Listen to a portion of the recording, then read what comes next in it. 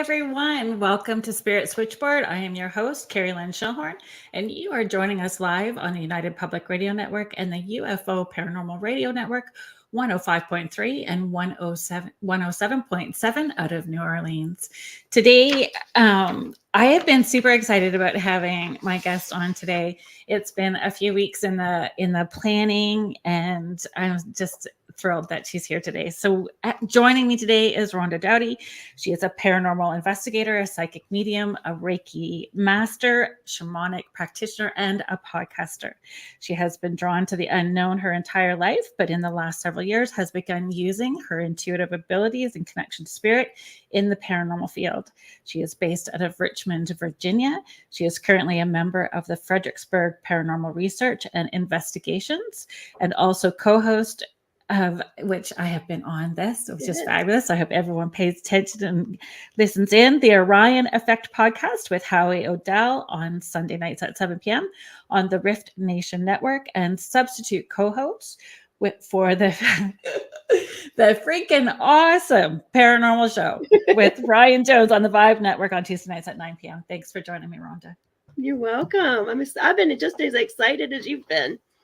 It's and I think I love it when you meet someone and you just know, you just click, and it feels like you've been friends forever. And that's sort of how it felt. So, it feels like we were just going to sit down and have coffee and chat.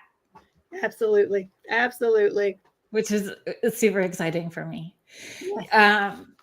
So I want to know, were you having paranormal, like most of us that move into this sort of field as adults have experiences as a child in one way or another? We have some sort of experience as a child. Did you have?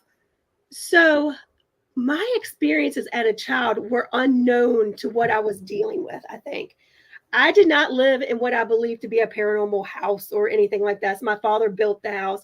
There might've been some things with the land and that kind of thing, but I was always the child that had an imaginary friend, or that I could not sleep at night without not just my light on, the light in the hallway, every light had to be on.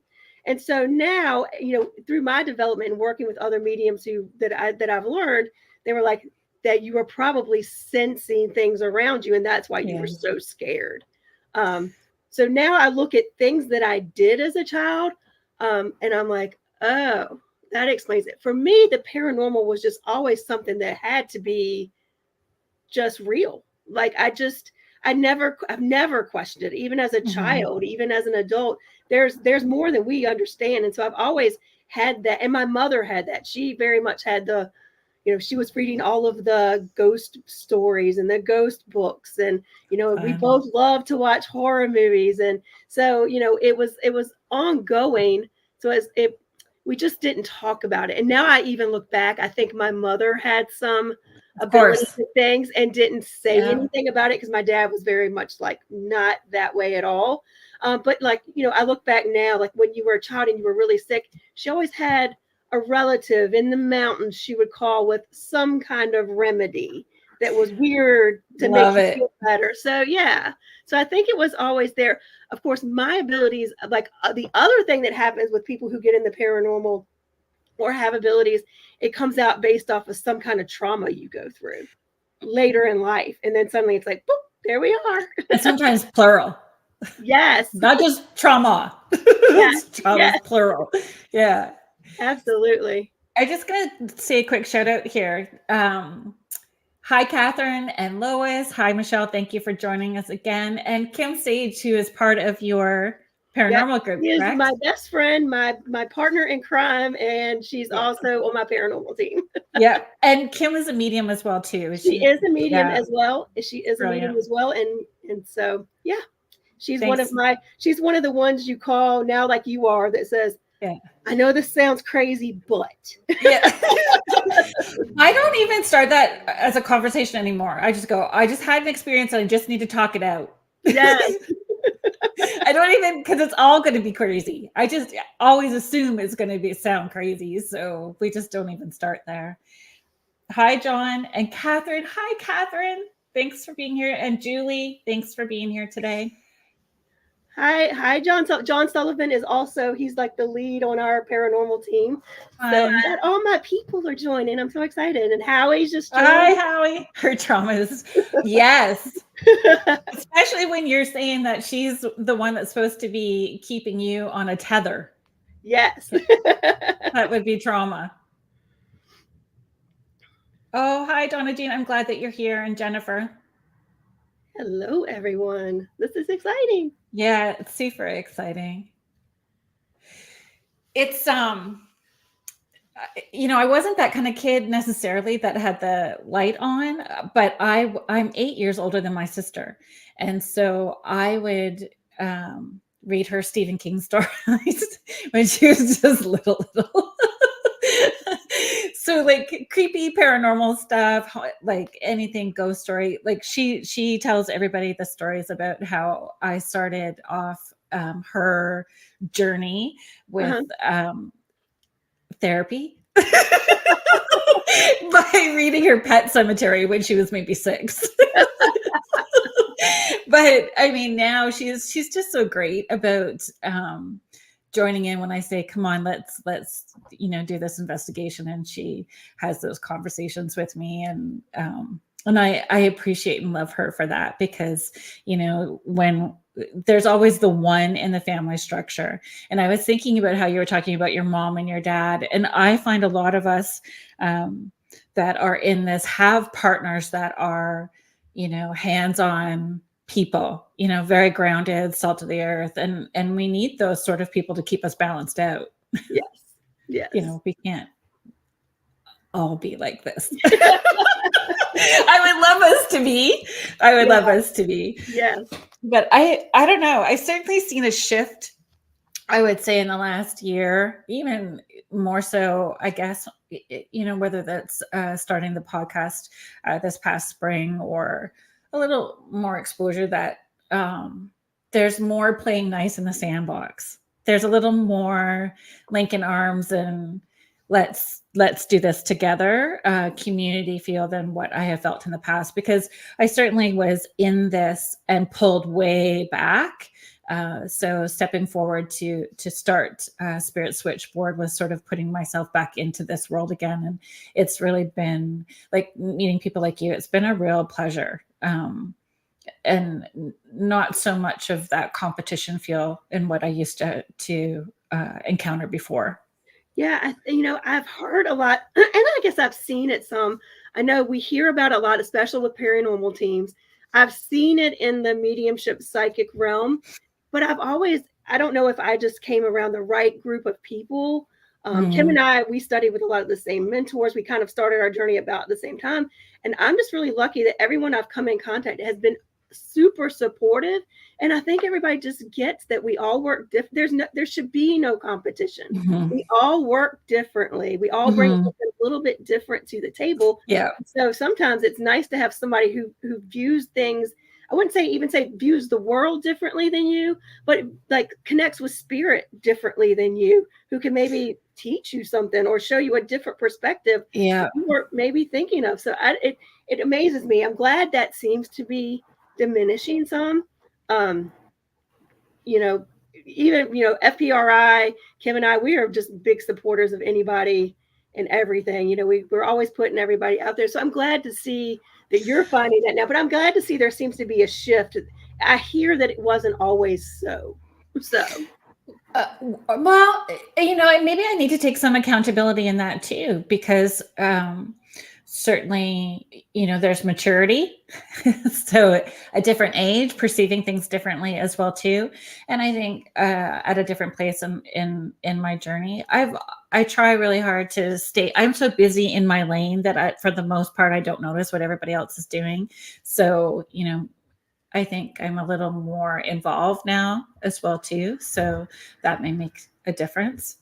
If we need to, be honest and have some transparency, I need to maybe own some of my own shite too. Well, you know what? Kim and I were actually talking about this today because, you have those periods of time where you really need to be almost like a horse with blinders and not pay attention to what's going on around you, because you need to focus on your growth and not worry so much about what everyone else is doing. So I don't think that's necessarily a bad thing either.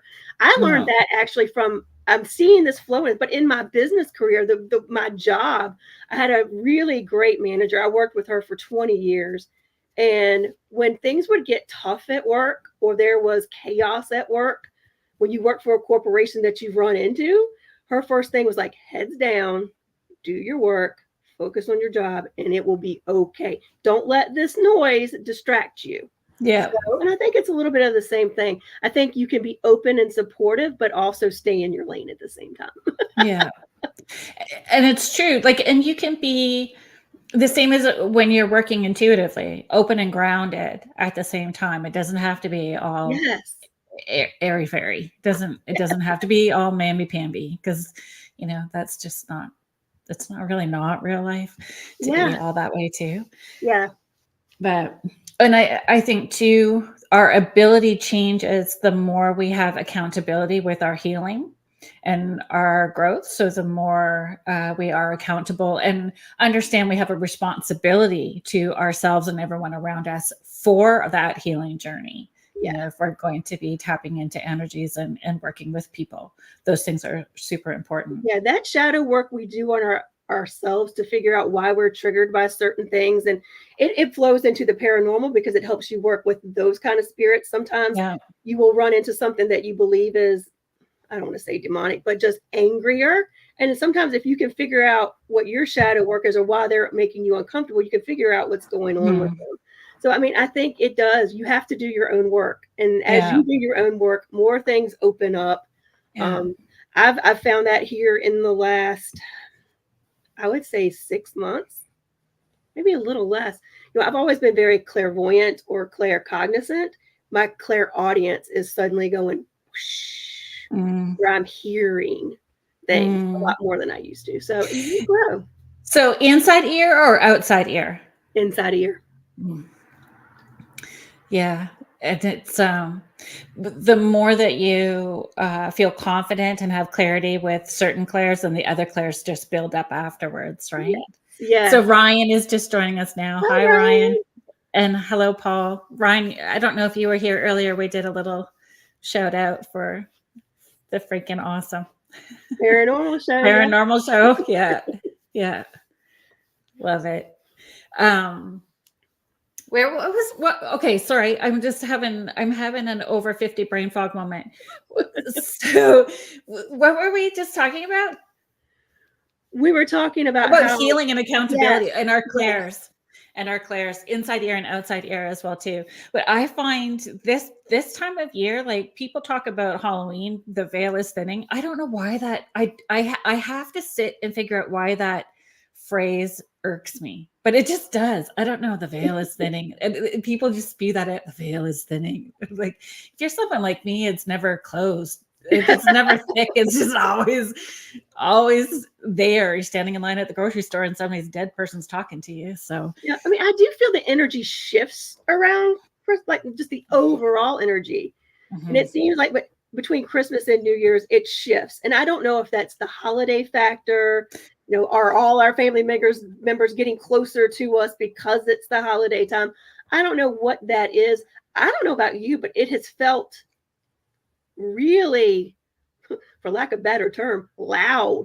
Like this holiday, like it seems like the spirits are a little bit louder than they were before. Yeah. I don't know what's going on with that, but this season's been a little bit.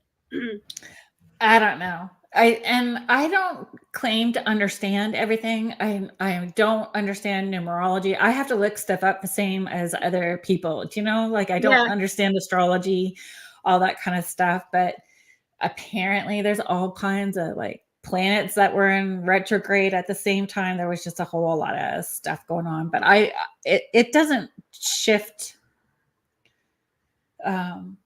I don't find it too much different than last year for myself personally, but it's always like from Halloween until the new year, it is intense and it builds up closer to Christmas.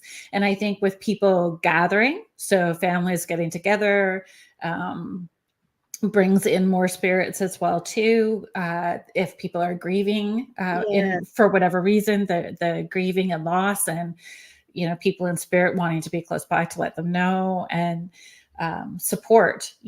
I think mental health takes a nosedive too. It Like does. seasonal, is it sad? Seasonal depression. Seasonal affective disorder. Yeah. Yes. Yeah. So, all of those things, it just gets dark. But that brings us to like why ghost stories and those crazy Victorians had those, traditions of like getting together around the fire at Christmas Eve and telling ghost stories, right? So yeah. It's the dark times, and you tell ghost stories more when it's dark out. Yeah, you do for sure. Hi, Jocelyn. Hi, Contessa. Hi, Connie. Heather and Linda, thank you very much for joining us today. I listened to, I think it was the Thanksgiving episode for you and Howie on the Orion Effect, where I think it was Thanksgiving. Was it you were talking? You were talking about the dinner with ghosts at Gettysburg. Yeah, your team did that.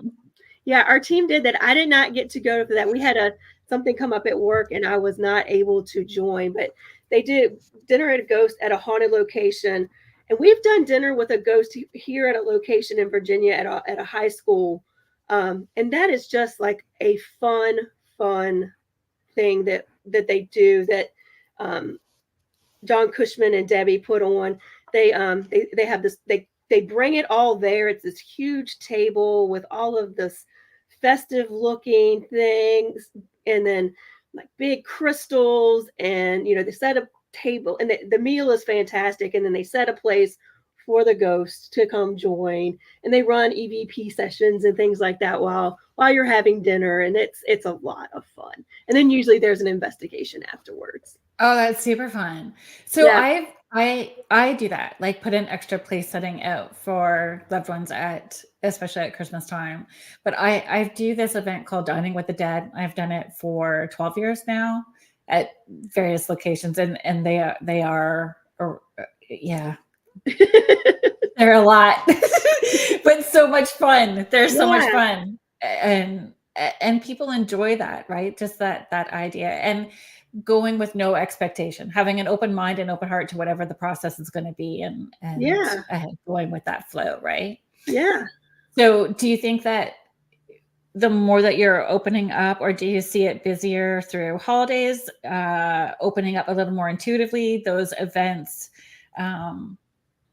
are affecting you differently? Like, are you opening up in a different way? So not necessarily investigative tools focused, but how you are feeling and experiencing focused? Is there a shift happening with that? I don't really notice that as much. I don't notice that quite as much. It seems about the same. It just feels like things are maybe easier to connect. And then I do feel like, we haven't talked a lot about like exactly how you work, but I always make sure I set boundaries. I don't want spirits when I'm sleeping. I don't want spirits in the bathroom. Yep. But I do find like I'm hearing things walking down the hall, even in my own house, more than I'm like, what is that? What are you doing? Things that I normally don't notice. So I don't know if I'm just more in tune because of the time of year, or if it's something really happening. Our house is always more active at Christmas time. Is it? Yeah. And I think it's just the season. That's how I put it. It's the season. I have animals that show up in my bathroom, like animals that are in spirit. You're sitting to go pee, and then all of a sudden there's like a husky howling like right beside you. Like, what the heck is that? And then I start my next session, and then like, oh, so you had a husky. You're not the first person I've heard say that animals are coming through more often now recently. Wow. It's which is a good thing, because people like to hear that, right? Yeah. They love to hear from their loved ones, but they like to hear too that their childhood dog is around them. Animals have always sort of come in for me. Oh, you see owls, Howie. Yes, me too. Weird ones, and weird deer too, if we're gonna go that way. I have deer show up quite a bit too. Hi, Keith. Thanks for joining Hey, us. Keith. I just want to scroll back here because somebody asked a question that maybe we can address Sure. it together.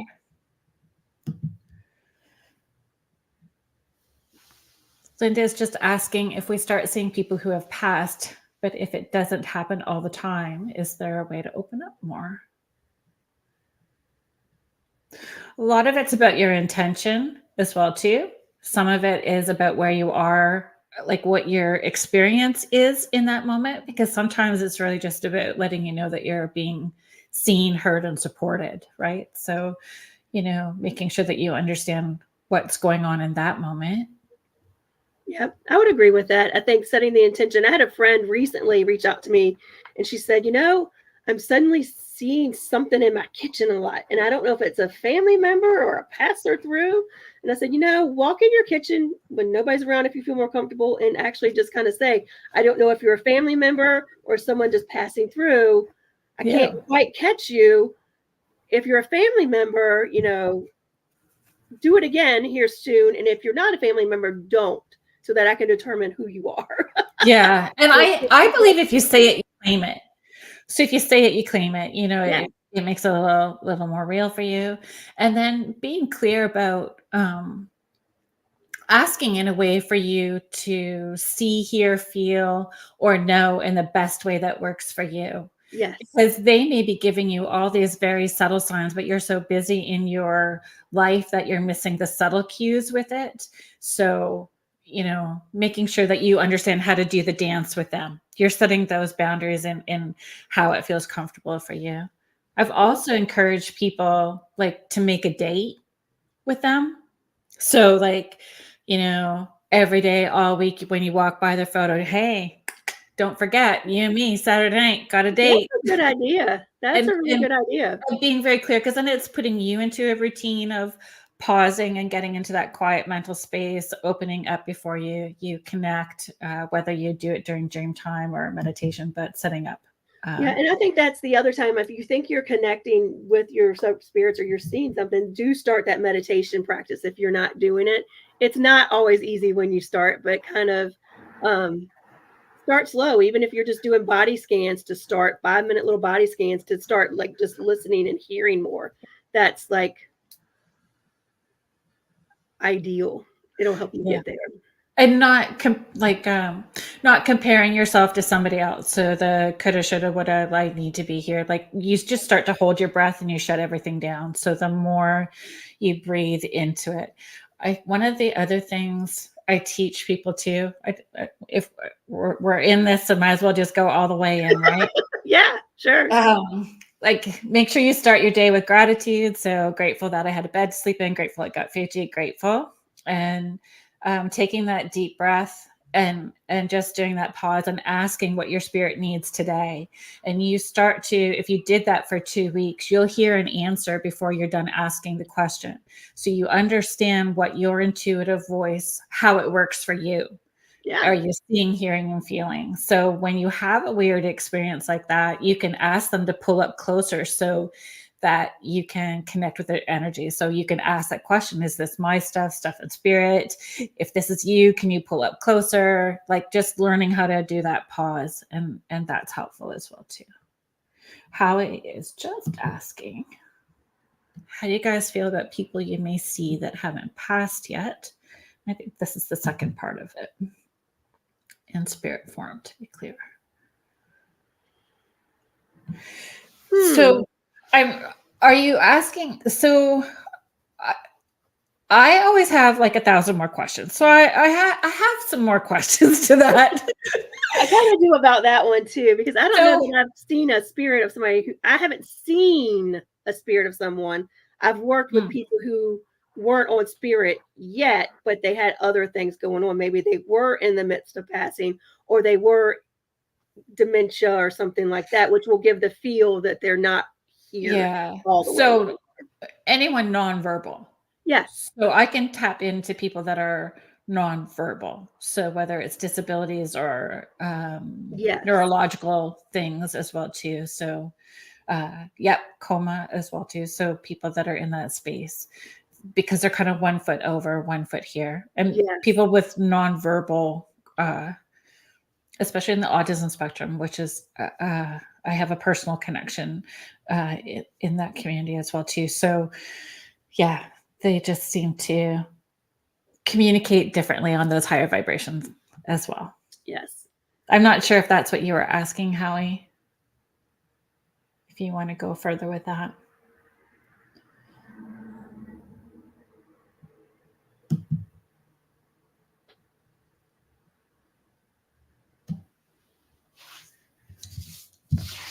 I think what he might have been talking about is, I have heard people say that they have been somewhere in, like, say you're in your house and you just happen to glance and you see like your Uncle Joe walk past you and say something to you, and you realize later, you're like, wait, he's not here. What was that? And then you find out they just passed. I have heard those stories. That hasn't occurred to me at all. I haven't had that happen either. Yeah. And I haven't had an experience of a doppelganger either. You haven't? No. Open to it though. Yep. People calling my name all the time in my room.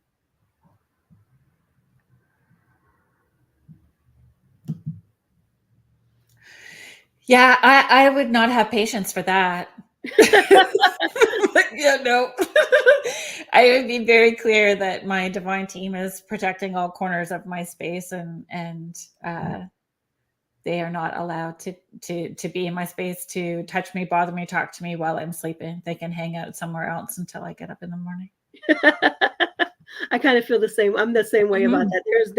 There's rules around that. Well, and I heard you on one of your podcasts, and I think you and I work very similarly that way. Is I have a routine I do to open up. I don't walk around.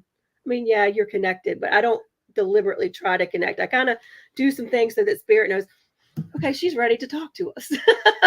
I kind of open up, if you will. So. Sugar is just saying, I have to tell you, I used to have a Rottweiler dog, a Rottweiler puppy, a female, and her name was Sugar. Aw. Sugar. She was sweet. I see people all the time, but the ones that won't show me who they are drive me nuts. Maybe you need to figure out why they're not showing you. There's a specific reason why they're not showing you. If it's something that you need to learn about how you intuitively work, because there'll be a theme to it that you'll eventually figure out that theme is to why it's happening that way. So then you'll know, okay, this is happening. They're not showing me. So I know this is what I'm about to get into.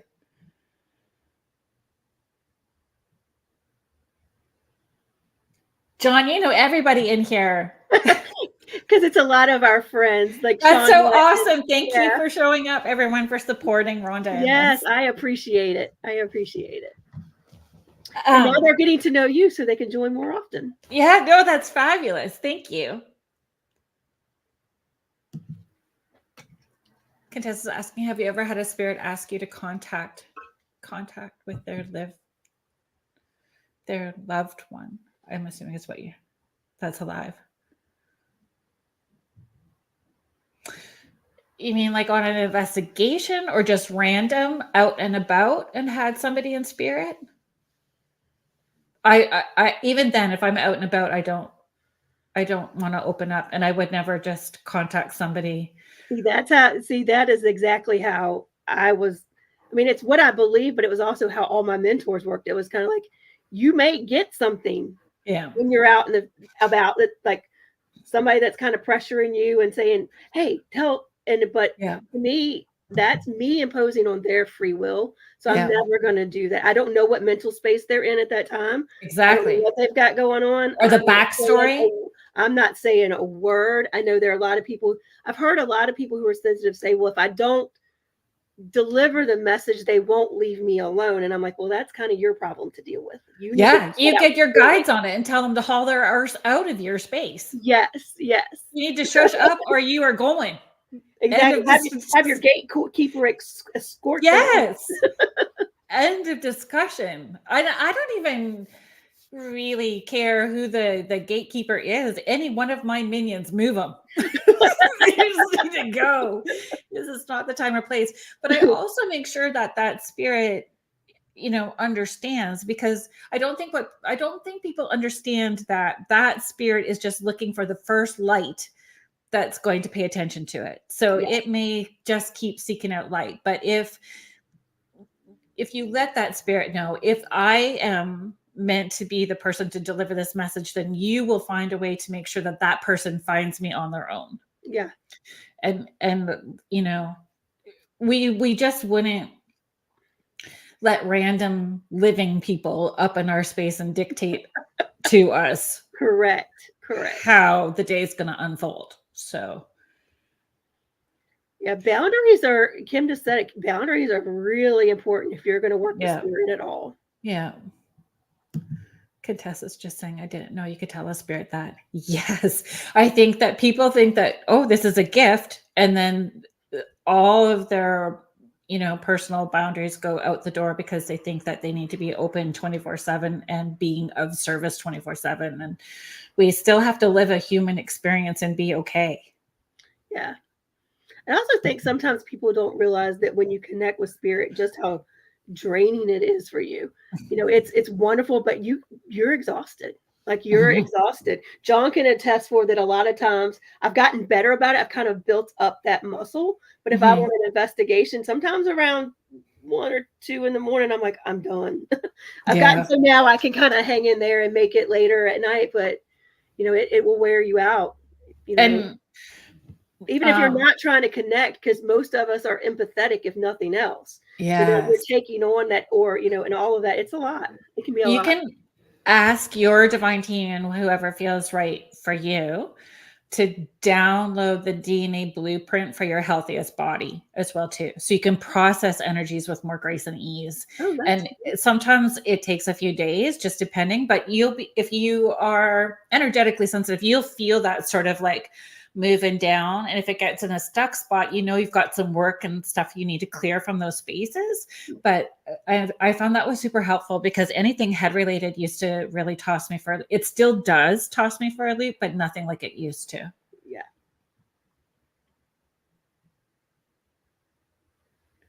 Howie says you put so much out, she puts out so much in her during the time she burns in the evening time. I've gotten better about it. It's taken a while. I've never investigated regularly until I joined FPRI, which has just been in the last year. So I was doing public investigations here and there, but the last few times I've been able to hang in there till like 5 a.m. So good for you. I promise that every time, but I'm getting there. So good for you.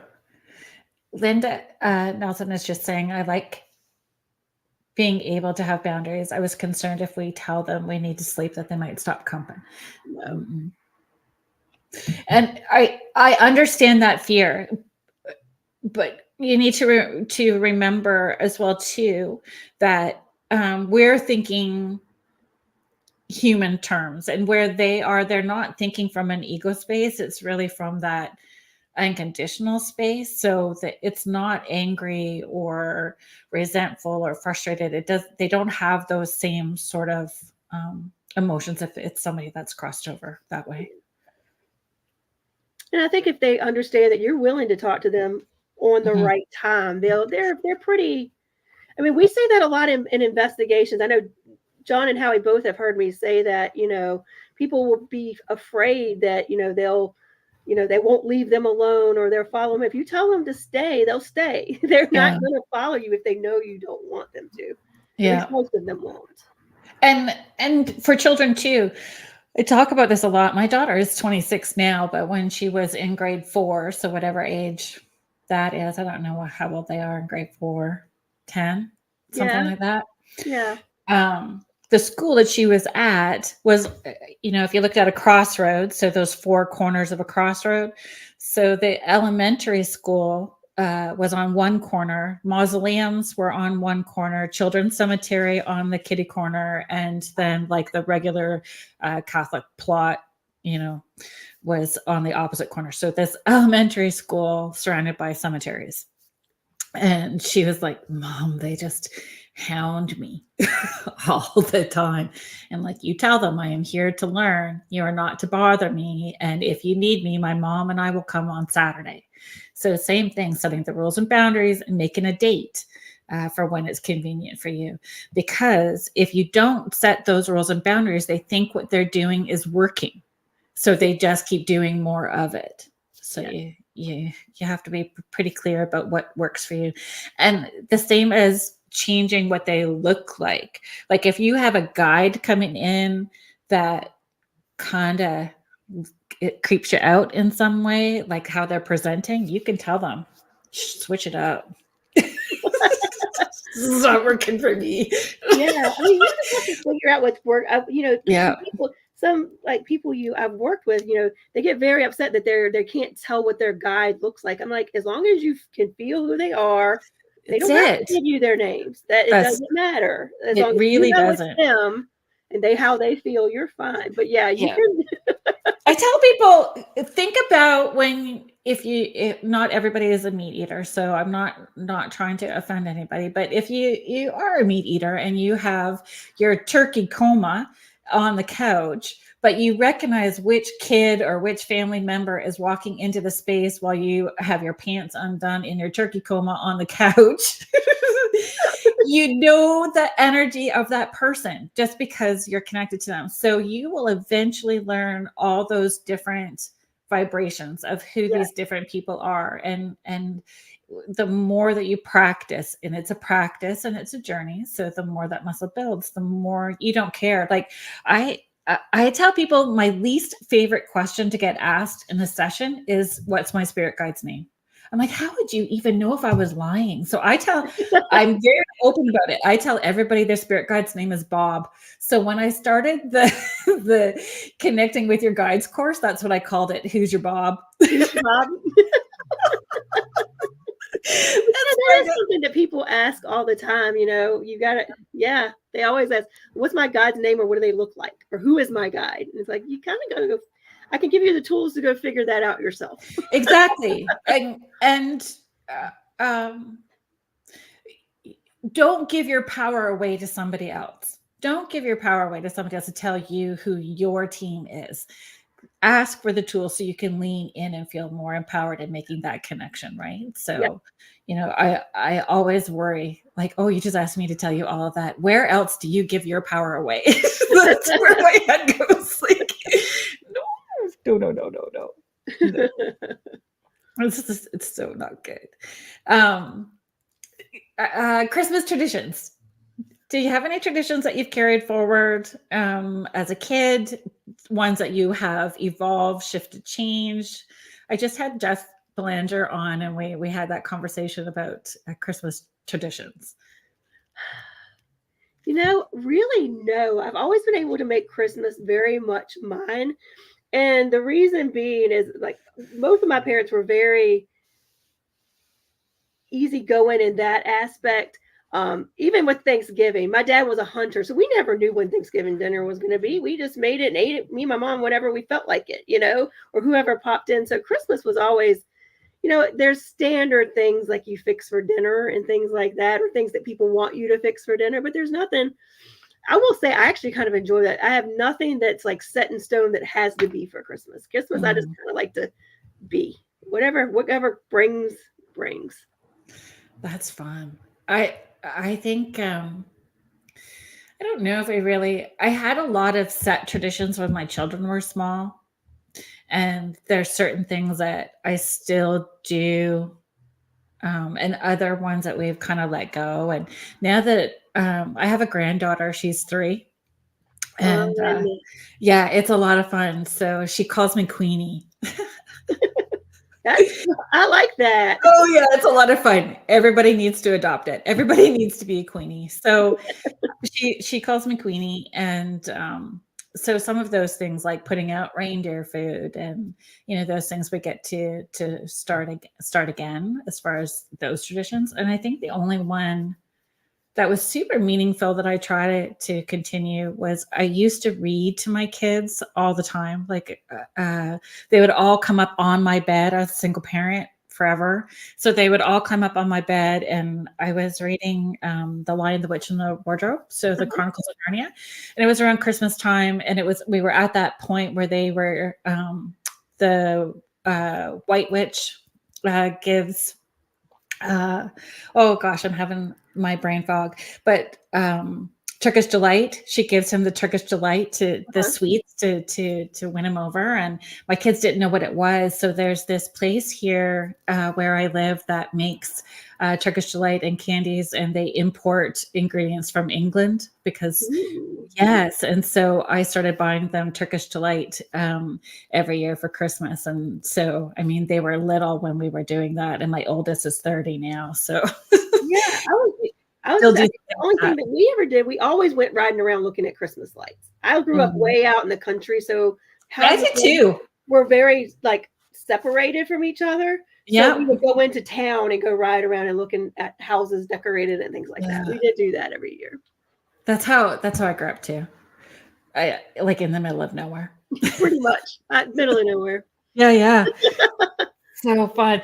Like snowmobiles to get you out of, like, if you're stuck in the snow for 3 days because there's no power and the roads aren't cleared. Nowhere. See, we don't have to have that because we only get a couple of good snows every couple of years. We get the really good ones. But I can remember my dad, like, it'd be like 6 o'clock. He's like, you want to go ride out and see if you're going to school tomorrow?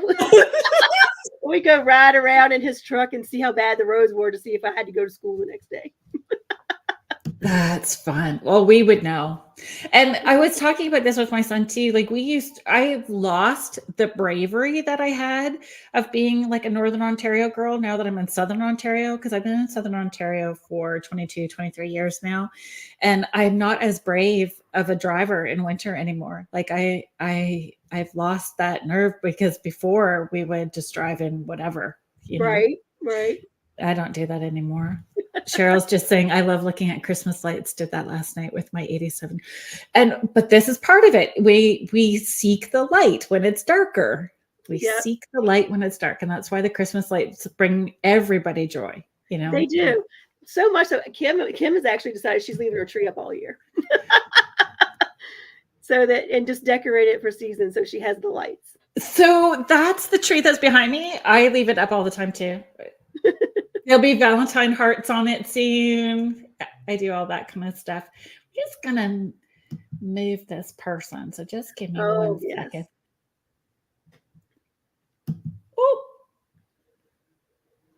Oh, that's fun. We'll do this quick.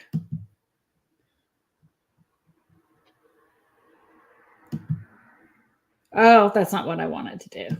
This is what we want to do. So right there.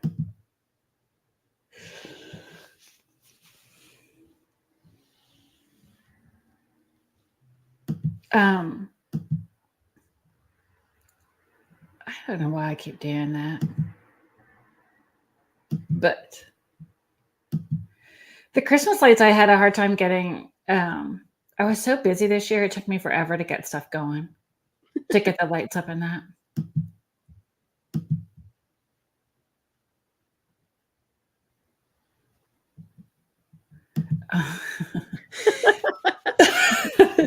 Donna Jean saying, Kerrilynn, unfortunately, I think as we get older and closer to death ourselves, I think we're a little less inclined to risk our lives on crappy roads.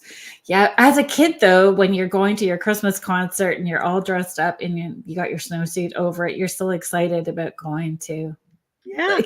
I think about all the things that I was not scared of as a child, like standing literally on top of monkey bars, not scared. And now heights, I'm like, I'm going to break something. And like the beach, like I can remember going swimming in the ocean up to my neck and not caring. And now I'm like, what's beneath me? What's in there? I'm not going. There might be a shark. It might bite me. And here I did it all the time as a kid. So have you been in any positions on an investigation where you get scared? Actually, no. I have not had anything that scared me. I've had a bunch of WTF moments was that, but nothing that's really scared me. So with the WTF moments where you have that shock moment first, does it fall back into laughter after? Like, does that fear move into laughter? Sometimes more like, what was that? Yeah. Sometimes I don't know why I don't have that fear. I don't know. One, it's because I trust my team. Like, I know that that's we're important. all in it together. I trust that if I get off in any way, they're going to pull me out. Like, I don't have that fear. So there's that trust that I have with that. So I don't know if that's what makes me not scared, but nothing scares me. No, I've been growled at and scratched. Something might happen, but but I think when you trust your abilities and the people that you're with as well too, those things are important. I'm very scared of steps with no risers, like those metal grated steps that you can see through. Yeah, like bleachers. Yes. No. No. I have like cold sweaty hands thinking about it. This is awful. Yeah. No, thank you. Yeah, I think it has a lot with trusting your guides, that they're not going to let you go in a situation, or they would warn you to get out of a situation. And then the fact that my paranormal team, I trust with everything I've got. They're going to make sure we're all okay. Jennifer Harris Melton is just saying, I was fearless as a kid. Now I don't do heights at all. Can't even stand on a footstool. I understand. I understand. I have a stool that has a handle now. Like, there's a stool that has a little handle to make sure you don't fall. That's awesome. I'm not even all that tall, so the fall's not like far. It doesn't matter. It still hurts. I don't want to do it. Right. Okay. I asked you, I did a wee bit of prep with you about doing just to do it's not even a game, really. It's just fun and silliness because we're getting close to Christmas, and I just wanted to keep it as light as possible. So I'm going to ask you, we're going to do a Mad Lib. Have you done any of those before? Did you do them as a kid? Time. I did as a kid, yes. So we're going to do one as adults. Because I think that's part of the Christmas or the holiday spirit as well, too. And I think that we need more of that as adults, bringing back those things that brought us joy as a kid. And even with those paranormal investigations, there is like an adrenaline rush that happens that we don't get in our daily lives. It just hooks you and you go, especially if you're not, finding joy in other ways as an adult. This does give us joy. Creeps us out in all the good ways too, and it's fun. I mean, I think what people forget is like paranormal investigations, you're not busy all the time. So that's when they have no clue. Moments and conversations come about where you're sitting there waiting for something to happen. I talk about this all the time. I am the snack queen. I am all about the snacks. I am planning snacks before we go. I make I like, what's your favorite snack? Like, I make sure, and fun snacks. I just recently found, and it's never like things like protein bars or anything like that. No. Yes, fourth meal for sure. That's what he calls it. Like, he's like, it's about time for fourth meal, and that's about 1 in the morning when it's time for a good snack. Yes. I discovered Reese peanut butter cups, those king size ones with caramel inside it. Ooh. I found some of the big king size ones that have potato chips chopped up in it. So if you like your salt and your sweet, yes, they're really good. Yes. Michelle is just sharing, I'm not athletic enough to be an adrenaline junkie. That's why I think I'd like to try out paranormal investigating. It should be just right for me. Yes.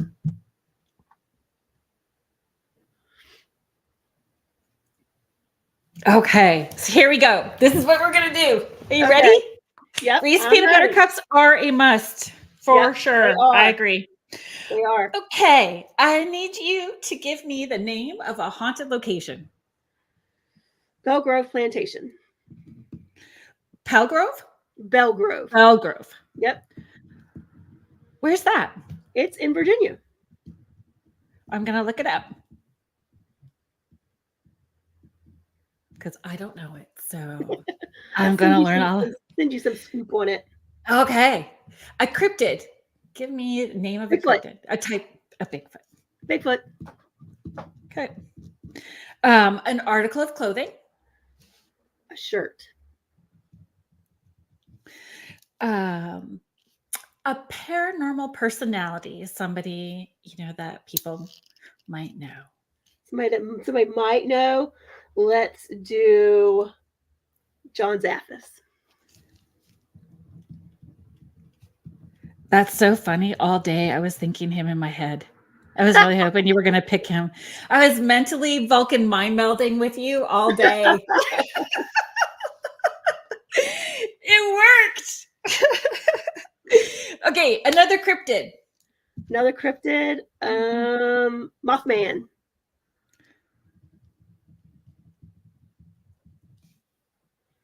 A type of candy. Reese cups.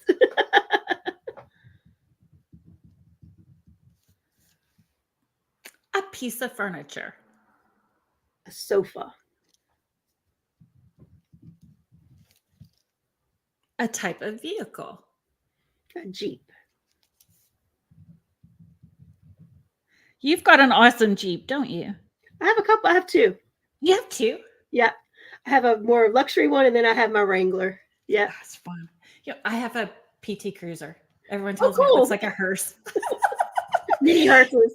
I'm all right with that. I would love a hearse, actually. An animal.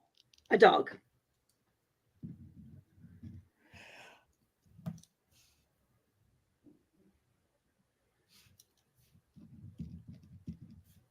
Thanks for being patient. Hang on. Here we go. Okay. Here's where I need that list. Okay. I need 1, 2, 3, 4, 5, 6, 7, 8. Okay. 8 of those paranormal peeps. All right. You ready? Yes, ma'am. MJ Dixon. MJ? Mm-hmm. Cindy Kaza. Brian Kano. Jeff Belanger. Amy Allen. Okay. All right. Dave Schrader.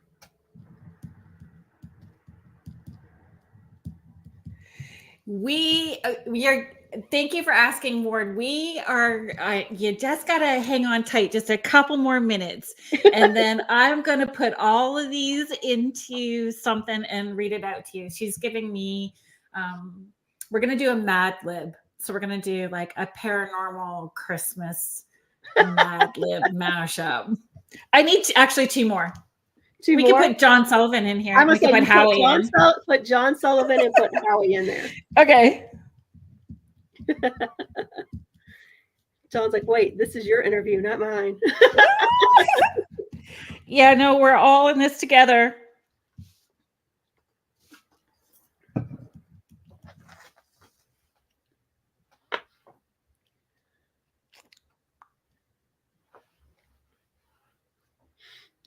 I need a piece of a type of paranormal investigative equipment. Dowsing rods. Do you use them? Yep. Do you love them? I do love dowsing rods. I do too. They help me find my glasses when I'm having a brain fog moment. Really? Yes, no joke. I've used my pendulum to try to find things before. I think the Which way pendulum. in the house is it? I think that with my pendulum, I don't trust it as much. I don't trust, like, I understand how to use it, understand what can influence it, but I trust my dowsing rods, so I lean into it a little easier. We've started using the pendulum on a stand so that it's not our energy. Oh, that's perfect. Because depending on where, how close you hold it to your body, how far away, and people don't realize that our body is like a battery. So we have a positive side and a negative side. So you need to make sure you're doing it in a neutral place. Like it gets all mixed up easily. So I promise, folks, we're almost there. I need you to give me a soft food, like a mushy food or a soft food? Mashed potatoes. So that's comfort food for me. Mashed potatoes. Me too. Big side of gravy on it, and I'm content. And I could have that as a meal. Right? We had poutine for dinner, but it was like shawarma poutine. So we had like chicken shawarma on it. Ooh, I love chicken shawarma. Yeah, so it was like chicken shawarma on the top and then fries and gravy and cheese curds underneath. Nice. That's some comfort food right there. I don't even know why I get it. And it's this huge package and I eat less than a third of it. That's about as much as I can handle is about a third. And I wake up and then my 18-year-old has ate it through the night. He's finished it through the night. I need a body part, please. Nose. Okay. This sounds like it's going to be very interesting. Okay, let me come back to okay. Okay, folks, are you all ready? I'm going to read you a story. Get all comfy. Get your blankets and your pillows. Get your popcorn and snackies. Oh, that's fun, Leslie, that you're picking up on nose. Okay, here we go. 'Twas the night before Christmas. When all through the Belgrove plantation, not a creature was stirring, not even a Bigfoot. The shirts were hung by the chimney with care in hopes that John Zaffis soon would be there. The Mothmen were nestled all snug in their beds, while visions of Reese cups danced in their heads. And Mamma in her kerchief and I in my cap had just settled brains for a long winter's nap. When out on the lawn there arose such a clatter, I sprang from my sofa to see what was the matter. That's actually like a true fact for me. Me and the dogs on the sofa. Away to the window I flew like a flash, tore open the shutters and threw up the sash. The moon on the breast of the new fallen snow gave a luster of midday to objects below. When what to my wondering eyes did appear but a miniature Jeep and 8 tiny dogs. With a little, I know, more dogs the better. With a little old driver so lively and quick, I knew in a moment he must be John Zaffis. More rapid than eagles his coursers they came, and he whistled and shouted and called them by name. Now I get it. Do you want to read your names? No, you go ahead. Okay. Now MJ Dixon, now Cindy Kaza, now Brian Cano and Jeff Belanger, on Amy Allen, Dave Schrader, on John Sullivan and Howie Odell, to the top of the porch, to the top of the wall. Now dash away all. As the leaves that before the wild hurricane fly, when they meet with an obstacle, mount to the sky. So up to the housetop the coursers they flew, with the Jeep full of dowsing rods and John Zaffis too. And then in a twinkling I heard on the roof the prancing and pawing of each little hoof. And as I drew in my head and was turning around, down the chimney John Zaffis came with a bound. He was dressed all in fur from his head to his foot, which kind of is fun that you picked John Zaffis as he just put that Santa out this week. Yeah. And his clothes were all tarnished with ashes and soot.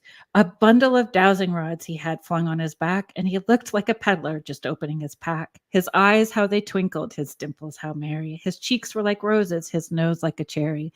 His droll little mouth was drawn up like a bow, and his beard on his chin was as white as the snow. The stump of a pipe he held in his teeth, and the smoke it encircled his head like a wreath. He had a broad face and a little round belly that shook when he laughed like a bowl full of mashed potatoes. He was chubby and plump, a right jolly old elf, and I laughed when I saw him in spite of myself. A wink of his eye and a twist of his head soon gave me to know I had nothing to dread.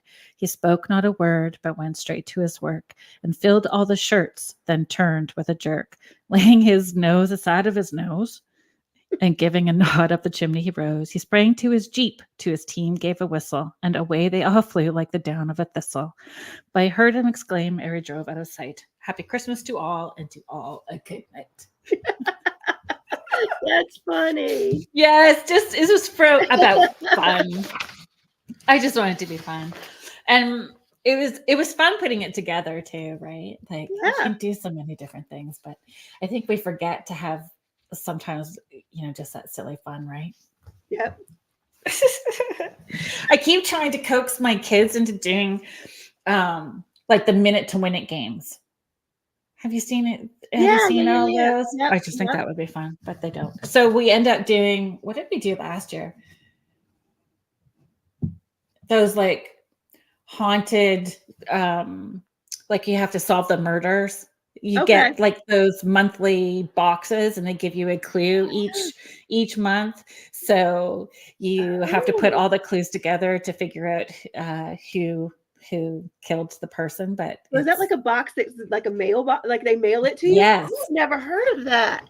Okay, so when I remember, because 50 brain fog. But that's what we did. And we did one again. We did Thanksgiving and then we did it at Christmas. And they're a lot of fun because you can buy sets that are completed. So you can buy the whole set at one time or buy the little mini sets for sure. Very cool. Mm-hmm. Haunted, right? Like haunted Christmas is a great time for ghost stories and all that kind of stuff. I agree. Do you have a Christmas ghost story? No, I don't have a Christmas ghost story. Do you? I read like ghost stories. I read a lot during the Christmas holiday, and I don't know why, but it's kind of like once Christmas happens and that little lull, I pull out all the books I wanted to read and I start reading. Because it's dark out and it's the long winter season, and you snuggle in. Like it really is about reading. I have my stack. I always have a stack of books, so I probably have like 12 on the. On the shelf. Probably have more than that. We won't talk about that. More on the Kindle. There's just a lot. We won't talk about how I don't need to buy another book for like 2 years. Because that's not true. This is right. Because books need to be bought. Yes. And I like my Kindle, but I still like paper books too. I do and I don't. I think that I'm making myself sound so old, and I'm really not, but I do have arthritis in my hand. So I find, depending on the size of the book, like I had Rebecca Pittman on a few weeks ago. She just finished a book, or she didn't just finish a book. She published a book about oh my gosh, no, honestly,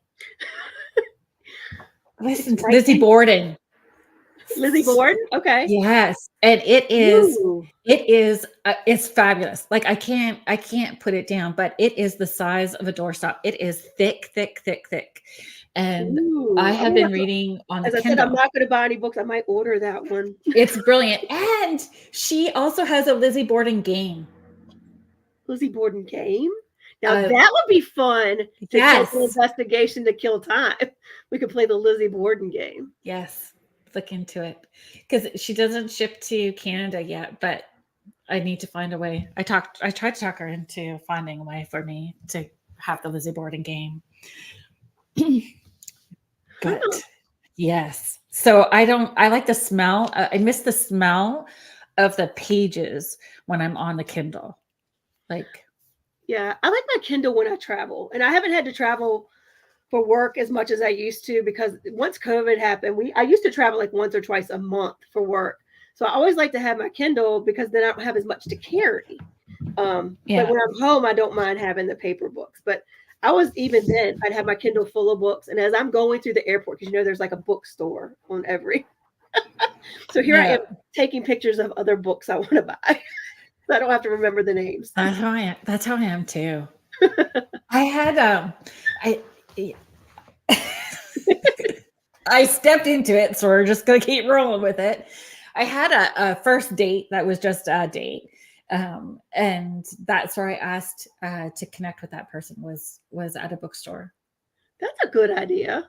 Yeah. You go choose a book. I'm going to choose a book, and then we'll grab a coffee and we'll sit and That's a cool idea. talk about it. Yeah. Books are fabulous. Yep. Books are fabulous. I found a couple of creepy ghost stories, like Christmas ghost stories, if you want to hear them. I do. I do. I didn't really have any creepy ghost stories either, but I mean, as a kid, I was more scared of the Christmas movies than I was of like the Halloween scary movies. Because the Halloween scary movies, I knew that I could laugh at them. Right. Like, because I could put myself into, they must have had a lot of fun putting those scenes together. Like, I would have laughed my butt off when we were done those sort of like horror movie scenes. But the Christmas movies, like It's a Wonderful Life or It's a Christmas Carol, those ones were like, maybe I'm a bad person. Am I gonna They're kind of dark. Yeah. Do I get to go to heaven? Am I gonna be haunted? Are people really watching me? Which, I mean, yeah. I mean, you do have spirits watching. Oh yeah, it's Black Christmas. For sure. Have you seen that? No. It's a horror movie. All right, let me write that one down too. It's an older one too. But no, like I mean, there's some dark Christmas movies. There's some that aren't, but there really are. Like I guess the older ones can be quite not all jolly and merry, that's for sure. No, not at all. Yeah, I'm a horror movie fan too. I don't know if you guys follow me on social media at all today. I posted this little meme of Hannibal Lecter behind Clarice, the doe from Rudolph the Red-Nosed Reindeer. Hello, Clarice. See, I love horror movies. Me too. Do you have a favorite? Oh gosh, no. I like, you know what? I think one of my favorite ones, and it's old. It was like one of the ones I remember watching as a teenager with some of my friends because it was scary, but then it was funny at the end when you realize what was going on. It was called April Fool's Day. Oh, I haven't seen that. It was really good. It was really good. It's probably very cheesy now if you would watch it in its 80s attire, but oh no, that's awesome. That's awesome. It. I mean, I love the Conjuring movies and all of that. I love it. I'm just gonna share this word. It's just saying. Do you want to read it? I wrote one time about candles. I was reading a story in the dark. I lay down my box of matches when I heard the silent cry of the skin of a wooden stick that scratches. I could feel the heat sitting on its wick, ready to make its way through the candle, and it was just at the tip of the wire where I could see a tear dripping into the fire. Ooh. Mm-hmm.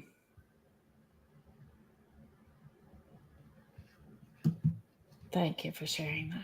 Yeah. You know what I found? I actually didn't find any Christmas ghost like stories for Canada. Like, right. I don't know. There's just, I don't know if it's just because we're a baby country, so we have less going on. Or I just wasn't digging in the right Reddit threads. I don't know. But there's like so many more in the UK if you're looking, right? Yeah. So many more in the UK. I just gonna do another quick shout out. So if you are just joining us here, you are listening to Spirit Switchboard. I'm your host, Kerrilynn Shellhorn, and you are listening to us live on the United Public Radio Network and the UFO Paranormal Radio Network 105.3 and 107.7 out of New Orleans. And I'm just chatting with my friend and colleague, Rhonda Doughty. So yeah, the ones that I found, you know what? Oh, the ghostly beggar children. I mean, right there just sounds not nice. Beggar children. Ghostly beggar children. I mean, anything children related, spirit related, ghosty children, all of that's pretty creepy to begin with. Yes. Yes. It's just creepy. And that was always the part that got me in A Christmas Carol. Like the original movie, when the Ghost of Christmas Present opened up, like he had that big burly beard, and then he'd open up his coat and all those children were inside. Yes. Oh, It was creepy. Yep. I would be crying and underneath the blanket every time. So the ghostly beggar children of Bramber, Sussex. So in the UK, Bramber Castle in West Sussex was for centuries owned by the powerful De Brose family, the Lords of Bramber. In the early 13th century, William, the fourth Lord of Bramber, fell out with King John. Big mistake. John pursued William across England, Ireland, and Wales, seizing his lands and capturing his family. One version of the events has it that William's children were held hostages by the king and were eventually starved to death in Windsor Castle. Could you imagine starving children? Horrible. That's horrible. According to the legend, the ghosts of the children are reputed to stalk the roads of the village of Bramber on dark nights, dressed in rags and chasing and accosting passerbys for food. Why did they not? I mean, people leave food out for Bigfoot. This is true. You know, if you know that they're haunting for food, can you not just leave something out and bypass the haunting part and just go, hey, I'm sorry, that was awful. Here's a cheeseburger and fries. Right. Village tradition. Oh, wait. Yeah. No. Village tradition has it that at Christmas time, the ghosts of the children, a boy and a girl, can be seen mournfully watching over the ruins of their former home, Bramber Castle. That's very sad. Like, can you imagine? No. I don't want to run into I just my hackles go up when anything is like a child spirit to begin with, because you just kind of figure it's not really a child. Yeah, but my friend and I started this last year.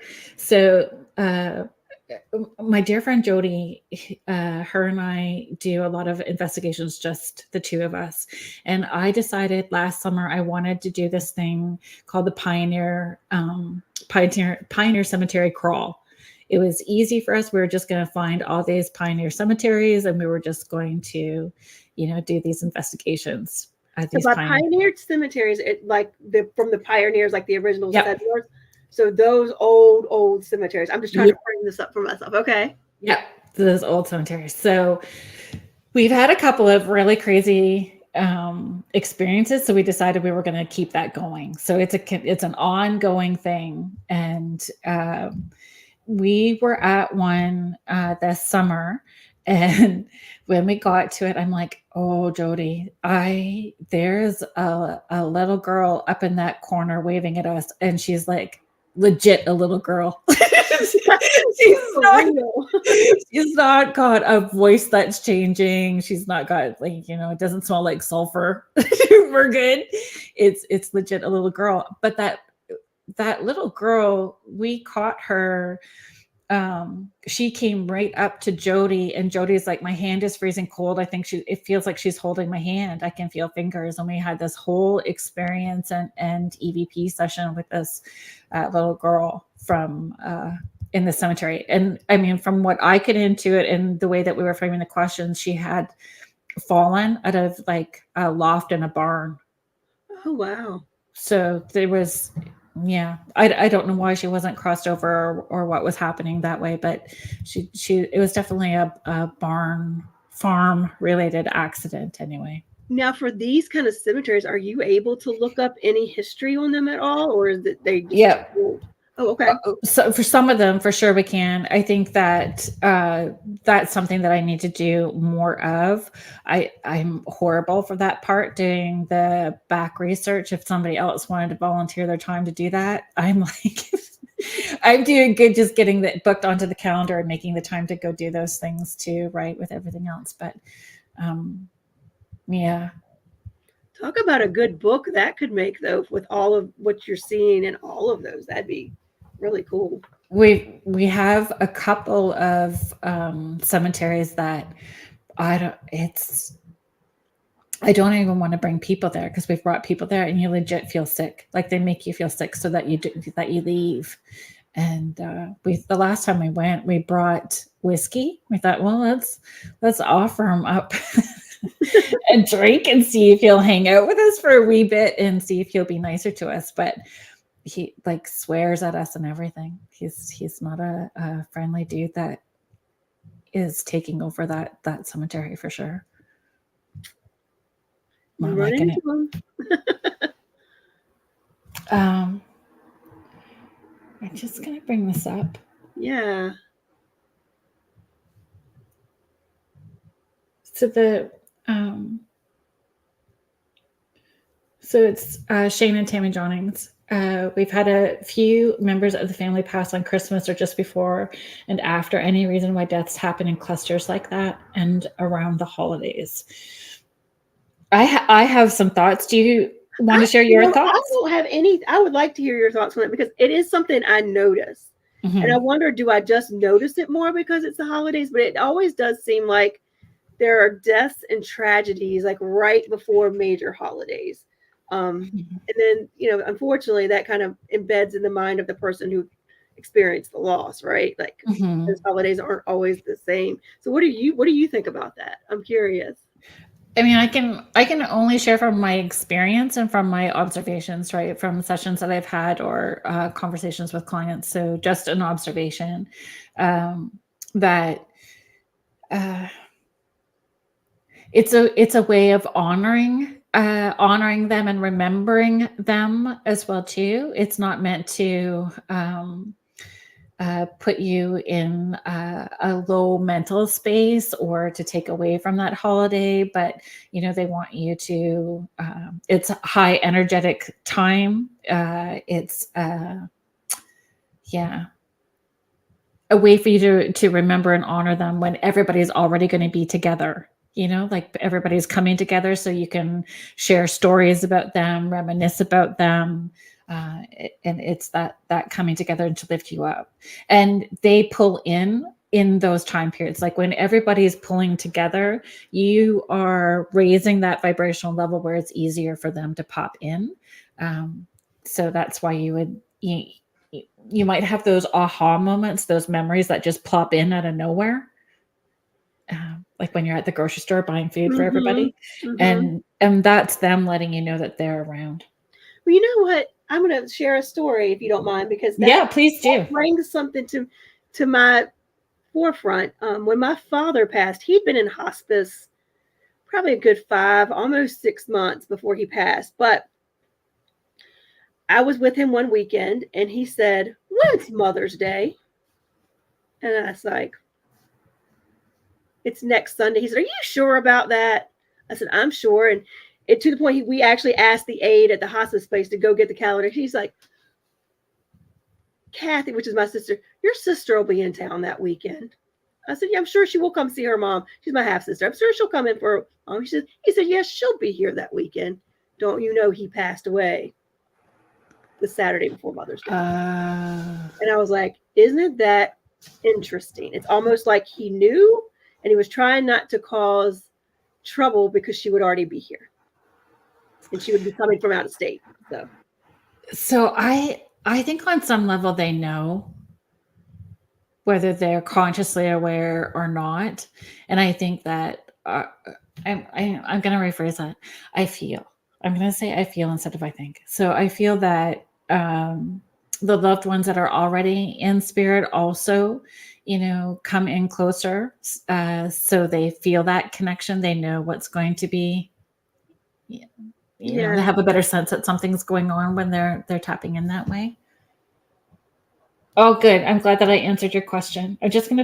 Megan, I'm just going to pull this back up. Your response is appreciated. Thank you. About your last conversation, my family and I have gone to old cemeteries. We speak and record. My sister got spooked once. We listened later on and heard voices. She deleted it for fear of keeping the recordings. Is that a legitimate concern? So I personally don't feel it is. I think that if you feed the fear, it can be. Yes, I was just thinking if you feed the fear, because that wouldn't, it's just a recording. There's a lot with that feeding the fear. Oh, there's so much. And honestly, if you heard the voices, where the voice is just residual, so it's not really something that it's an attachment. Was it an intelligent response, any of those sorts of. There was an investigation last weekend, and that, Howie was talking on our show last Sunday about it, and he mentioned, somebody got scratched, and that was my first question. I said, was somebody feeding the fear? Mm-hmm. Was somebody doing that? Because it's important to know whether that was going on or not. And he said no for that particular instance, no. But it's a big question you have to ask when you're doing paranormal investigations when things are occurring. So you can manifest a lot. Yes, you can. And pull that in. And I'm always encouraging people. I mean, we all have moments. We all have moments when we can be hangry, so we're tired and hungry, or we haven't slept proper, so we can have those moments. But it's shifting out of it quick and getting into the habit. So you have that low moment, and I always encourage, like, clear, cancel, and delete that. And thank you very much. We're just going to clear, cancel, and delete that. And thank you very much. So you need to, get into those habits of shifting it, still being okay that we're going to have a low moment, and that's normal and human. But the more that you learn to step out of it, the less moments you have. Yes. In that as well too. And I mean, scratches can be, have you ever been scratched by something? I've been touched, but not scratched. So I've been scratched only once. And it was a doozy, for sure. It was a doozy. And I remember calling my friend right after. And I mean, the lead up was that there was definitely some sort of attachment in my oldest son's room at the time. He was like 16, 17. And it was creating a lot of havoc. And I was just sort of like coming out of the closet and letting everybody know that this is, what I'm doing. And I went to go in his room to clear that energy out. And there was definitely like a doorway that was open that needed to be moved off the property. So, moving that out. But when I went into the room to clear it out, there was this creature thing that I don't have a name for, don't know what it was, growled audibly outside ear, could hear it growling. And then it felt like burning down my arms from my wrist to my elbow. So I stepped out and these 3 welts came up, and I called my friend and I said, you are crazy if you think I'm going to do this for like in public for people, and I'm going to do sessions, and there is no way I am stepping into doing this. And she said, did you ask your divine team to be with you and protect you before you stepped in to do that? Or did you go in thinking that you were the one doing it? Because you're just being of service and it's moving through you. You're not the one doing it. And I was like, man, let me go back in there. So then I did it, the way that I need. And I only needed that one experience to know, that to have it driven home that, it's a team, it's an energetic team, whether I'm aware or not, and I'm being of service, and it's not me doing it, but it's going through me. And so I've just never been scared either. I mean, if something growls, I tend to go towards it, not away from it. Right. But I've never had anything scratch me. So, that would be my next question as well, too, for the person that got scratched. Was it something that they were needing to learn about themselves and their journey intuitively to help them move forward and grow better? That's a good point. Moving forward. That's a really good point. Mm-hmm. Yeah, all of those experiences, right? Like what we can take from it to approach the next ones differently, and not let fear stop us. Yeah. From moving into it. Because that one spirit for sure at that cemetery, he sure tries to get big and nasty to keep everybody out of his space. And I'm like, you met your match with me. They just want to keep you out of their space, or some of them I feel like some spirits are just pissed off, ticked off, because they haven't had anybody they can tell their story to. They're just mad because they want to, they can't. I would say that this spirit definitely prevents other spirits from talking, though. Like, he's definitely a bully spirit. That's a collector. A collector. That's what we've got one like that at Belgrove. He was a caretaker on the plantation, and he's out what we call in what would have been near his home where the caretaker would stay. And we do get responses on EVPs like that he won't let them talk. And he has a tendency to get crude and rude, and yeah, this guy too. But at first he kind of worried me, but now it's just kind of like, I still worry about him, but I feel like he's a lot of bark. So he's not made you feel sick. This guy can make. He has made me feel. He's made all of us feel sick. There was actually a renovation project going on that particular building one summer, and we were at one point. I was like, I've got a headache. I'm not feeling good. For a long time, I wouldn't go in his place, but once they painted it and cleaned it up some, it got a little bit better. But he's still there. He's still just ornery, and he's just an ornery old man. That's what I think. That's how I approach it too. He cusses at us quite often. Isn't that funny, eh? Even that. I have a Scottish background. I can cuss good. Me too. I have to put it back. Me too. Me too. There's a comfort level that you get in, and then you have to remind yourself to pull out of that. And this show has been great. Words just don't express your opinion quite as well. Well, there's power that comes, like it's moving energy when it's like it's been building up. Oh, it comes out. You just like, oh, that felt good. But even with the swearing, I still like when we're talking about shifting energy and holding energetic space and understanding that we're contributing to the collective consciousness, whether it's positive or negative, and taking accountability and responsibility with all of that. So, if I get frustrated when I'm driving, and I'm like, oh, I forgive you for being a blankety blank. I forgive myself for calling you a blankety blank. We're just hoping karma clearing that. So and then hoping that it all balances out. Oh, so funny. I hope that we helped. I've done that. I'll do it. And I'm like, I shouldn't have said that. I'm sure you're a very nice person, but your driving is really making me angry today. And we really don't know what their story is because everybody's got something going on, right? That we're unaware of. So that's true. I mean, but there's this funny, I don't know how to phrase this. The more consciously aware you become and understand that you are taking personal accountability, the less you enjoy being around other people who don't understand how to take accountability. Like you like people less. Yes. Love people. Right. And you still have, yes. I'm probably phrasing that wrong, but anyway. No, but I get what you're saying. I mean, a lot of the problem is people. Mm-hmm. Just not being good people or nice people or not being the center of their own universe. I am such a Pollyanna trying to I always flip it back around. Thank you for giving me the opportunity to practice speaking my truth. Thank you for giving me the opportunity for walking away from things that aren't good. Thank you for giving me the opportunity for practicing healthy boundaries and seeing that aspect of it. So I don't get caught up in the frustration or anger or resentment, right? Because that just doesn't do anything good for us. Nancy's just sharing. Agree. My circle is smaller than it used to be, but probably more authentic. So, right. I think, and I've been speaking about this, I think I know authentically who my circle is, and I'm very cautious about who comes in it.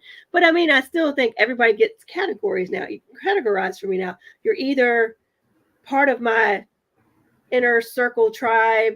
Not that people didn't come and go. You meet people that you immediately feel a connection with. They come, but then there's acquaintances and business acquaintances and people that, while I may like you and speak with you, I don't necessarily want you in my inner circle, but we can work together or whatever. Yeah. So I'm finding I compartmentalize a lot more now. Yeah. And it really has to do with where we feel safe to be vulnerable as well too, right? Yeah. And yes.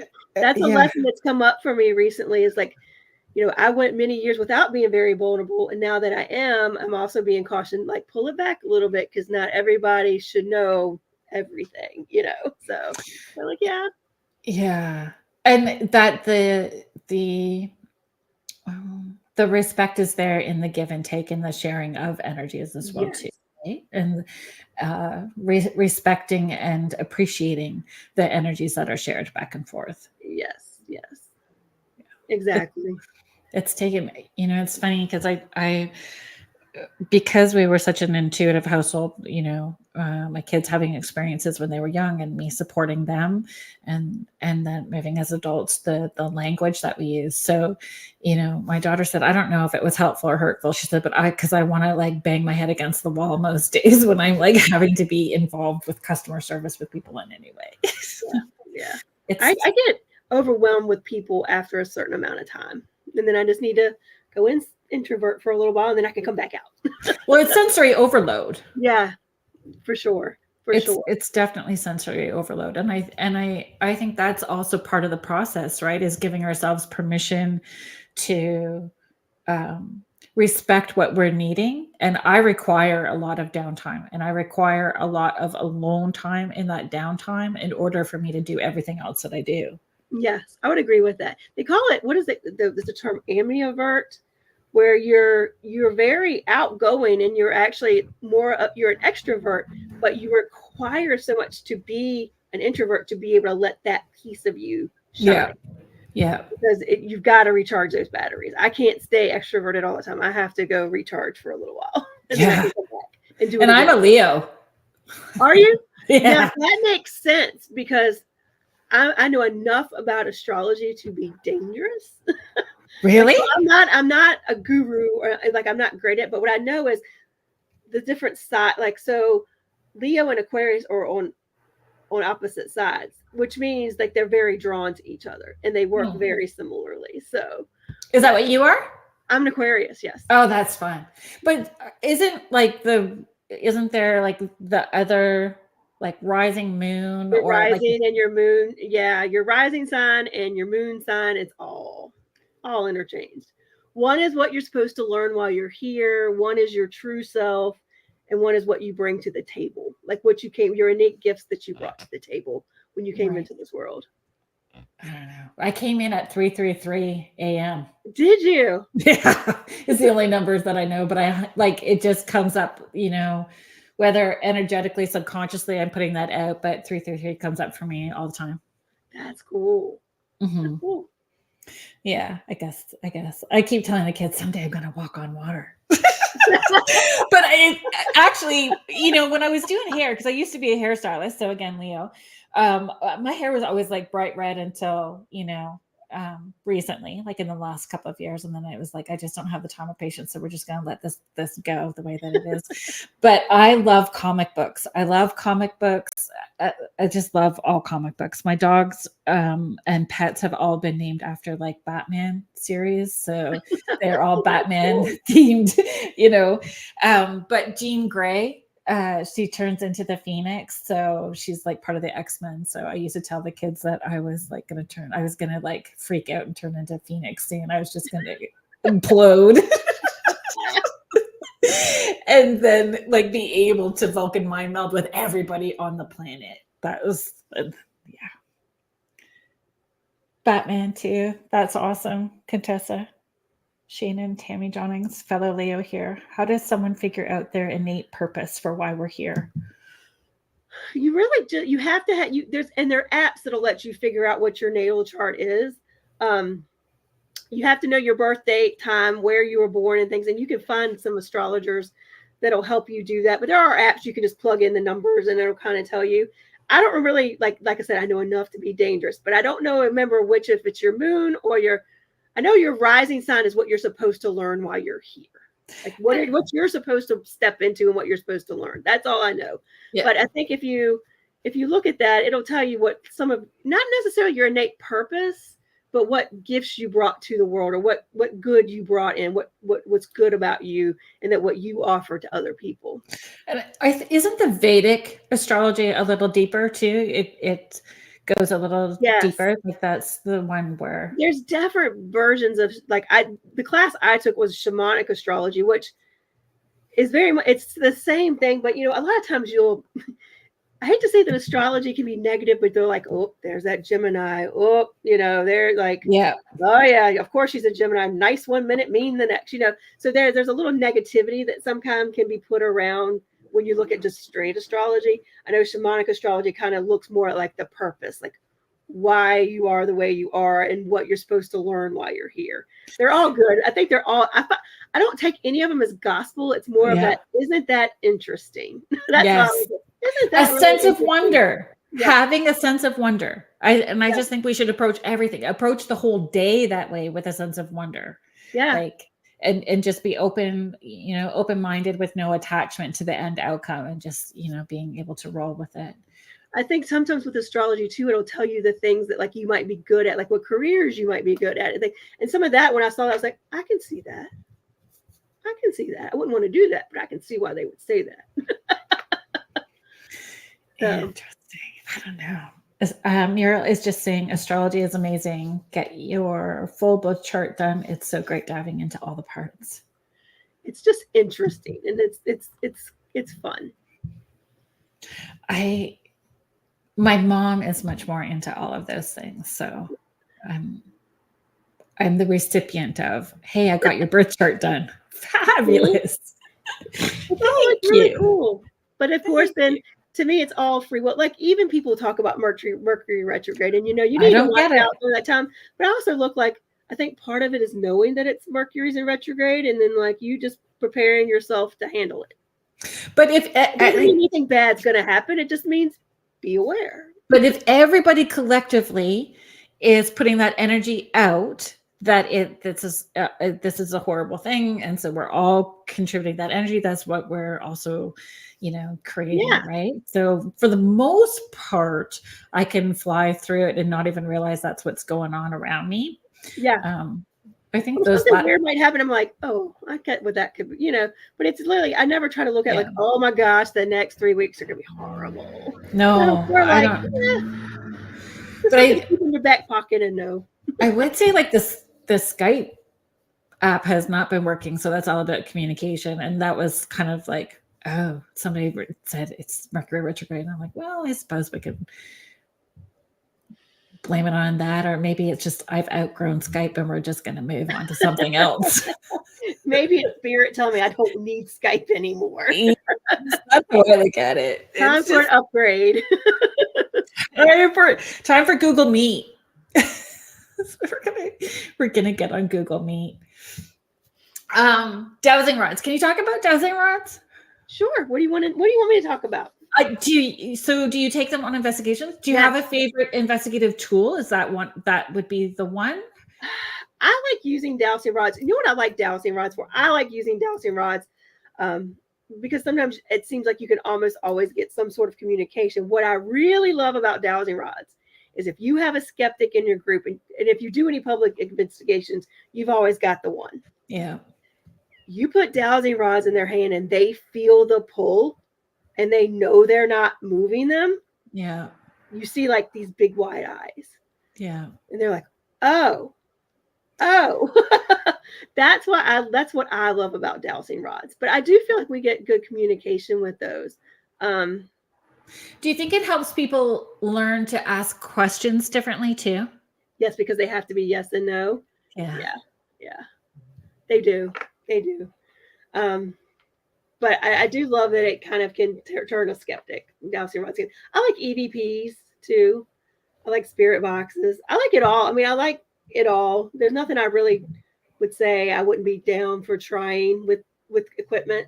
I'm actually just starting to get a little bit of stuff of my own, as I'm seeing cool things. It's a rabbit hole. I know. An expensive rabbit hole. It is. I tell my children, here is your inheritance. You just never know. I mean, I like flashlights too, as basic as that sounds, but sometimes when you can't get EVPs, you can get flashlight responses. And I think keeping things simple is nicer anyway. Like going old school is sometimes better than all the gadgetry anyway. And trusting your intuition. I think sometimes we get so focused on just the gadget, you're not allowing yourself to feel the experience and trust, because that's a muscle too, right? Well, and I think that's where I get great, is like either I hear something or I say it and you get the response that matches that on a piece of equipment. Yes. Or like we go in a location, I'm like, I think we should put that music box over here. I feel like it needs to go over here for whatever reason. And then, 10 minutes later, that thing starts going off. You're like, okay. But also it's very cool when you put two pieces of equipment side by side and they both go off. Yes, that's even better when there's two. Yeah. Contessa's just asking what exactly dowsing rods do. Dowsing rods were initially used to find water. And my grandpa did in the township. Water and gold, I think. Maybe copper. So you hold them and they cross when they feel this certain energy. But when you're using them in paranormal investigations, the spirits can use their energy to move them, and you kind of ask them to show you, or even tell them, can you cross the rods if my question answer is yes, and can you open them wide if it's no? Or you can do the opposite and say, show me what your yes response will be. Yeah. And if you can do them, you can create your own with a coat hanger from the dry cleaner. You do not have to spend a whole lot of money. Yep. I mean, getting ones that are made, or getting the copper tubing so that it spins a little more, so you know for sure that you're not influencing it in any way. Like, you don't have to spend a lot of money on and even if you opt for those, they're maybe $10, $15 on Amazon. Yeah, they're not expensive. And I would encourage, it's just like any other tool. So the more energy you put into it, the more responses you're going to get back. And play with it when you first get it. Ask it questions that are not truthful. Yes. Is my middle name answers? Yeah. Yeah. Is my middle name Irene? And go from there, so that you understand how it's working with you and your energy. And we've used them, like I said, people use them to find water. We've used them to try to find burial plots. Oh, we have a cemetery. Woods. Yeah. Mm-hmm. It was the Underground Railroad. So the slaves that came into this one particular place in Ontario, they had built a church, and then the church got knocked down, and those grave plots were not maintained. So somebody from the dowsing community went in and dowsed all of their plots so that they could be respected properly. Yep.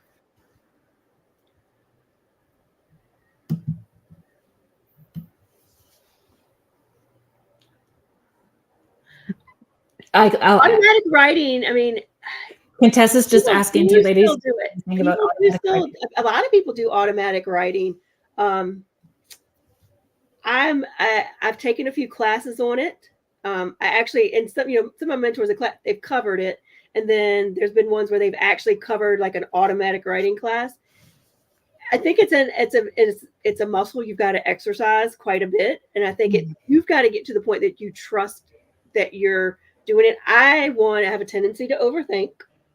I have a tendency to let that left brain take control if I'm not careful. So that's why I like to, a lot of times I will use, even if I'm doing readings, I'll be playing with cards or throwing cards. I'm not really reading the cards. Okay. My brain shut off. But automatic writing, I struggled with. I don't know if you do a lot of it, but I struggled with it because I just felt like Spirit was supposed to move my hand. That's what I thought. It's really not. It's more like a it channels through whatever comes through. You just write it down. So I encourage people to write the word love repeatedly until you feel pulled to shift to a different word. So because it pulls you into that higher place, right? It's that high vibrating word to begin with. Contessa, I'm not sure if you're part of the intuitive mentoring group that I have on Facebook, but I have a whole video there on automatic writing and using pendulums as like a dowsing rod. But dowsing, Cheryl, you're asking about dowsing rods. It's DOWSING. I automatic write with every session that I do. I've been trying to do it more. I've been trying to my last teacher, she kind of gave you some things you could do on your own, kind of like to reach your higher self, like your own higher self, to do some automatic writing. So I've been really practicing the last month or so, trying to, I think I can do, I think it's not something I can't do. It's just not something, just like when I started all this, like I hated psychometry. I could not hold an item and get a feel off of it for nothing. Oh, that was my I first eventually experience. got better with it. You know what I mean? So, I mean, it comes and goes, but that was one I struggled with. So, and I struggled with automatic writing a little to begin with. It's getting better. But I think that's leaning and letting go of how quickly we can do a Google search to find evidence that we were right about something. We have to really surrender and have no attachment to the end outcome and just spill it out. That's what I really liked about doing mediumship with the paranormal investigations, because I think it's so easy to get scared when you're doing a one-on-one session. Like to say sometimes when you're in a you have no choice but to say what I'm getting, because I don't know if it's right or wrong, and there's nobody there to validate it but equipment. Yeah. So and it got me to the point where I'll just say what I'm getting now, because it just is what it is. And I tell people, just close your eyes and take a deep breath and let it spill. Because if you're closing your eyes, it's like you're standing there on your own. You don't worry about people staring at you or looking at you or any of those things either. Contessa, the group is called Kerrilynn's Morning Porch. So if anybody wanted to pop over there, I haven't posted for December. Everything will start back up in January, but I post intuitive practices every day. And then we have like different, on full moons, I do some energetic cord cutting and a meditation for everybody and share messages and stuff like that. And anybody can join the group? Yep. And it is a private group. We just encourage people to engage. Okay. Like, don't be a weirdo voyeur. Don't be just watching. No. Don't be stalking. Start talking. Exactly. Oh, that's funny. That's so funny. I'm going to take that one. Oh, so Sandy, that's awesome. Kerrilynn, I saw the dowsing rods Carol made for the gathering at your house. So I did a divination tools class at my house. Ooh. And everybody got black mirrors for scrying and dowsing rods and made their own runes and stuff. Thank you, Donna Jean. I appreciate it. I'm glad that you think it's an excellent group. Yeah, Contessa, if you go on the top and use that search button, you should be able to find it. If you record voices of any kind, is it harmful to keep those recordings? So we had that. I think we answered that earlier. It's not. It's about the intention that you, put into it. So I'm just noticing our time. So we do need to. I know it went by really. I know it went by really quick. Thank you so much for hanging out. Where can people find you? Well, you can find me on Facebook just under Rhonda Doughty. You can find Fredericksburg Paranormal Research and Investigating on Facebook. We're also on TikTok, Instagram, all the places like that. For podcasts for the Orion Effect, we're Sunday nights at 7:00 on the Orion Effect. You can go to Riff Nation Network and you'll be able to find those podcasts every Sunday night. And then for the Freakin Awesome Paranormal Show, I'm not always a host on there. I kind of fill in wherever they ask me to. But that is on Tuesday nights at 9:00 and sometimes on Sundays at 9:00. So that's awesome. So thank you everybody for being here. Next week, it's another special show next week, because next week I do this thing called the 12 Days of Giving on Facebook. So I put up a spot as a guest on the show. So Jen Welsh Wilson is going to be on. We're just going to have another fun conversation.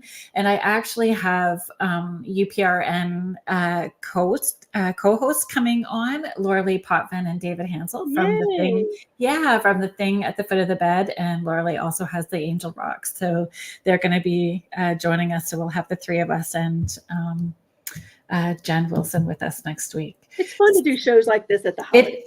It is fun, just keeping it nice and light at the same time. So you have been listening to the Spirit Switchboard on the United Public Radio Network and the UFO Paranormal Radio Network, 105.3 and 107.7. Thanks for being here, everybody. We'll see you again next week. Thank you. Bye. Bye.